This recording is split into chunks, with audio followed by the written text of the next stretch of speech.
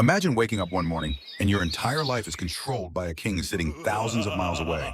Every penny you earn, taxed, every law, decided without your say. And when you dare to complain, you're silenced. This isn't fiction. This was life in the American colonies under British rule. But then something changed. A single act of defiance set off a revolution that would shake the world. This Battle is the untold story of how America fought back and won its freedom. Life under British rule. The year is 1765. America isn't America yet. It's a cluster of 13 British colonies, each struggling under British rule. The king, King George III. His orders? Simple. More taxes, more control. You see, Britain had just fought an expensive war against France. And guess who they wanted to pay for it?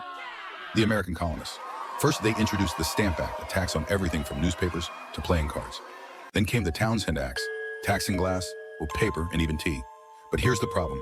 Americans had no representation in the British government. No voice, no vote, nothing. And that's when the resentment started to boil over. The Boston Tea Party. December 16th, 1773, Boston Harbor. A cold winter night. A group of American patriots, disguised as Native Americans, silently approach British ships loaded with tea. And then, they strike. One by one, they toss over 342 crates of British tea into the freezing waters below. The message? We will not be taxed without representation. This wasn't just about tea, it was about freedom. And for the British, this was the final insult. King George had enough. If the colonists wanted a fight, he was ready to give them. And so in 1775, the first shots of the American Revolution rang out. The war begins, America versus Britain.